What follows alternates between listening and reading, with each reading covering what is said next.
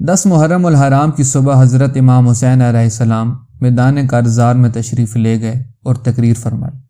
اے لوگو، میرے نصب پر غور کرو کہ میں کون ہوں، پھر اپنے گریبانوں میں منہ ڈال کر سوچو کہ تمہارے لیے کیا میرا خون بہانا جائز ہے؟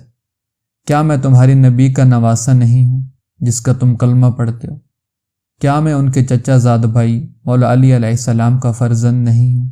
کیا تم میں سے کسی نے یہ سنا کہ رسول پاک صلی اللہ علیہ وسلم نے میرے اور میرے بھائی کو جنتی نوجوانوں کا سردار فرمایا؟ کیا یہ حدیث تمہیں میرا خون بہانے سے روکنے کے لیے کافی نہیں ہے؟ کیا میں نے تم میں سے کسی کو قتل کیا ہے، کسی کا مال ہلاک کیا ہے؟ کیا تم میں سے کسی کو زخمی کی ہے جس کا بدلہ تم مجھ سے چاہتے ہو؟ خدا کی قسم، میں ذلت کے ساتھ تمہارے ہاتھ میں اپنا ہاتھ ہرگز نہ دوں گا اور نہ غلاموں کی طرف اطاعت کا اقرار کروں گا۔ ان ظالموں سے کوئی امید تو نہ تھی، مگر امام حسین علیہ السلام نے اپنا فرض پورا کر دیا۔